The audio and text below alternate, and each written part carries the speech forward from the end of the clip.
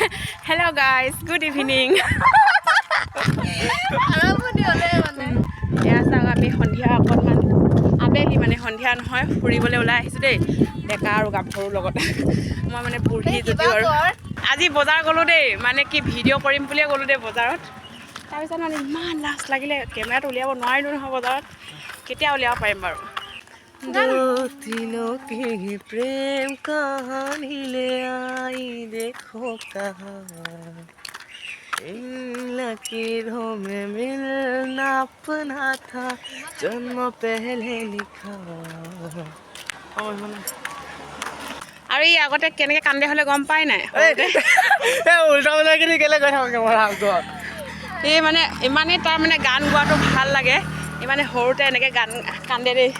ওলালা ওলালা মই মানে কণ্টেণ্ট বিচাৰি পোৱা নাই সেইকাৰণে মানে সিহঁতৰ লগত আহিছোঁ অকণমান কণ্টেণ্ট এটা পাওঁ নেকি বুলি আৰু এইখন আমাৰ স্কুল দেই আৰু আমাৰ লগৰ কোন কোন চাই আছে নহয় এবাৰ হ'লেও মনত পেলাব দেই আমাৰ লগত স্মৃতি আছে যদি আগতে আমাৰ স্কুলখনৰ নামটো কাছামাৰী হাই স্কুল কাছামাৰী উচ্চ মাধ্যমিক বিদ্যালয় আছিলে ন তাৰপিছত এতিয়া চাওক কি হৈ গ'ল PM শ্ৰী কাছামাৰী উচ্চ মাধ্যমিক বিদ্যালয় হৈ গ'ল আৰু এয়া ধুনীয়াকৈ বনালেগৈ গেটবোৰ বনোৱা নাই যেনিবা আৰ্ট কৰিছে আৰু আমাৰ বাবা নহয় এইটো বেলেগে কৰিছে